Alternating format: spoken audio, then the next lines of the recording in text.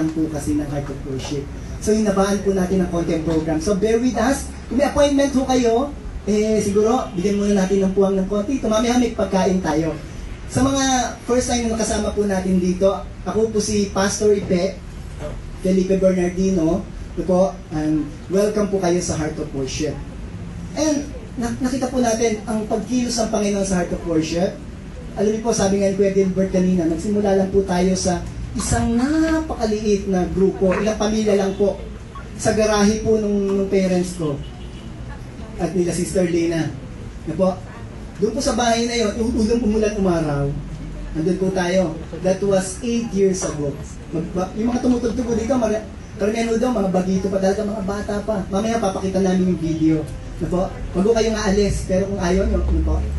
Hindi, sabi ko lang, wag ko kayong aalis, meron po tayong hinanda ng mga ilang presentation tukol doon sa kinikwento namin sa inyo. Isa lang mo nakita namin, tapat po ang Panginoon. Amen. Sabi kasi ng Bible, He who began a good work, He who began a good work in you, sabi ron, He will complete it. And we have a God na kinakausap tayo ngayon, na bakit hindi naman ako ngayon ang may pinagagawa ako sa iyo, sabi ng Panginoon. Bakit hindi mo kumpletuhin? Kapatid, lahat po tayo may assignment. Hindi lang po sa school may assignment. Lahat po ng pinanganak sa mundong ito ay meron pong assignment. At ngayon pong araw na ito, ay meron pong gustong pakompleto sa ating assignment. Ang tawag po doon, ministry. Marami pong tatay sa atin, assignment natin to raise up and to raise our family and to bring them closer to God. May mga tatay po ba dito? Yun po ang ating ministry sa Lord. May ministry rin sa inyo iba, mga nanay, no? To take care of your family, amen, and to lead them into a godly life. Alam niyo po ba, yung pag-uusapan natin ngayon si Timothy, siya po ay ang ministry ng nanay niya yung nag-manifest sa kanya, si Eunice ang pangalan. Si Timothy po ay lumaki, hindi po korang nanay ni Timothy. Sa Bible po niya sabi ko, si Timothy po ay lumaki ng godly sa Panginoon dahil sa mga nanay. Mga nanay, meron kayong ministry na gustong pa-complete sa inyo ng Panginoon. Amen? Mga anak, may anak po ba dito? Lahat tayo anak din, may mga nanay pa tayo. Yung mga anak, alam yung ministry natin, to please our God first, our Father in heaven, and to please our parents. Tinatawag tayo na kasama ko yun sa 10 Commandments, di ba? Honor your father and mother so that your life will humaba. Gusto mo humaba ang buhay mo? Yung daw hindi mga suwain sa mga magulang, mahaba ang buhay. Alam niyo po ba sa Israel, pag nakita po ang bata ng lapastangan sa magulang, alam niyo parusa, kamatayan. Huwag na nangyayari po sa atin ngayon, daming patay sa atin.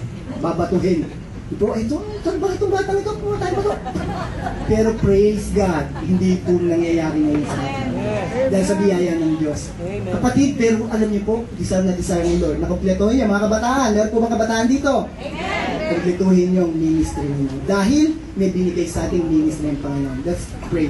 Father, in Jesus' name, you will lead us, Lord, into the knowledge of you, the knowledge of your grace, the knowledge of your Son, Jesus Christ, this morning. And you will reveal to us your message to us this morning, O Lord. You will use me as your channel of blessing, as your mouthpiece, and we allow the Holy Spirit to move this morning. At hayaan mo na magbago po ng buhay ng bawat isa po sa amin. Simula sa akin at lahat po na nandito, Panginoon. Salamat, Ama. Puring kadakilain. Ito pong samatiling namin sa pangalan ng Panginoong Jesus. Tayo po natin magsabing muli ng Amen. Amen. Amen. Ang ating pong, this is just the first part ng ating worship service sa Panginoon.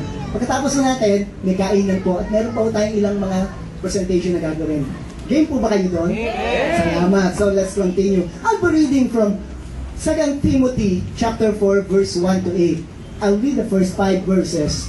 Sabi po rito, and so I solemnly urge you, Paul talking to Timothy, nakausap ni Paul si Timothy, sabi niya, I solemnly urge you before God and before Christ Jesus, who will someday judge the living and the dead when He appears to set up His kingdom.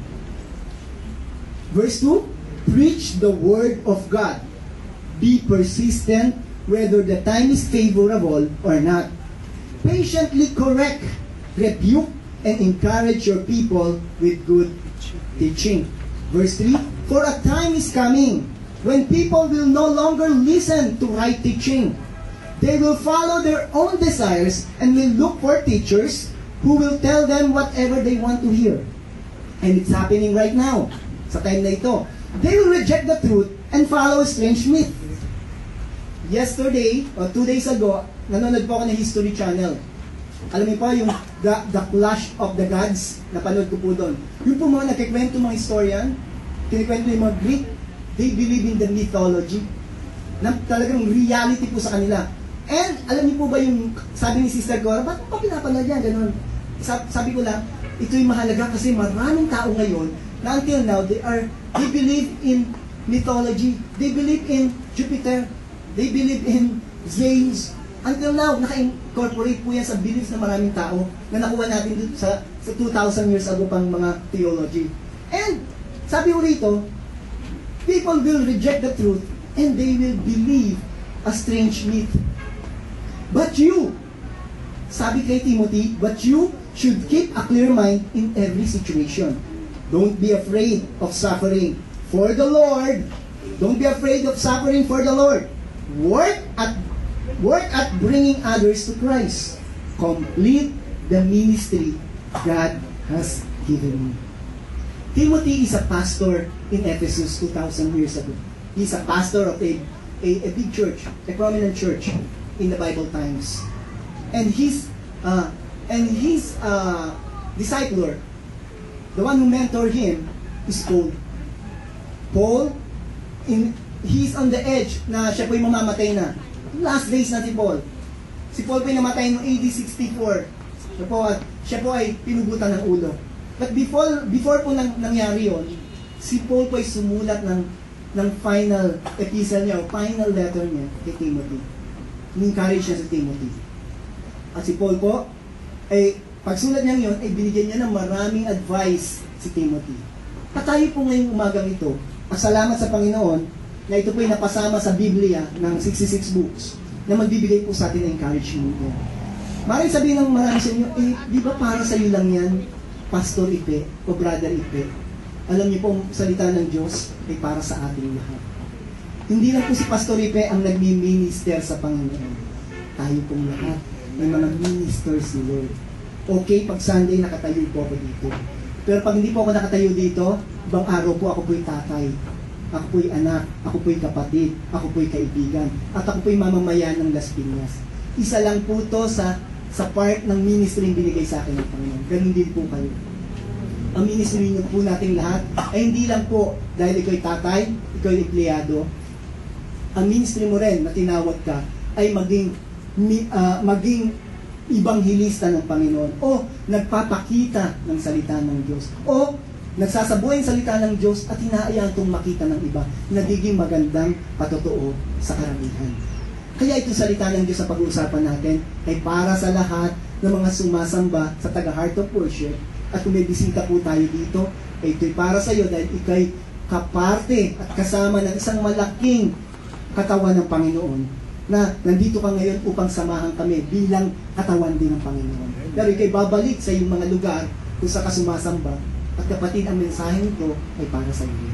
Amen? Pero nga pala tayong kapatid dito na kasama natin sa Singapore na ilang buwan, si Ate Grace. Palakpakan po natin ng Panginoon, kasama yung family niya. Babalik po siya sa Singapore at magiging minister din siya ng Lord. Meron po tayong mga ibang bisita rito. And I pray kung wala po kayong gawain o wala pa kayong sinasamahang pinaglilingkuran na gawain ng Panginoon, you are welcome here. Amen? So let's continue. Ngayon, sabi ho ni Paul, in verse 6 to 8, ito po yung personal na testimony ni Paul. Sabi ni Paul, as for me, my life has already been poured out as an offering to God. Ibig sabihin po, because there's an pour-out offering na binibigay sa Panginoon, ito po yung wine offering, binibigay po sa Panginoon. At ito po yung tinuhulog sa altar. Yung altar po, mainit po yun. Nakita na kayo, nagluto na ba kayo ng table wine, ay nung pong cooking wine? Pag binuhos yung ganun yan, ano po nangyayari? Usok na lang ako, pupunta sa taas. Ibig sabihin po nun, sabi niya ako, tatapos ng buhay ko. Ako'y tulad ng isang isang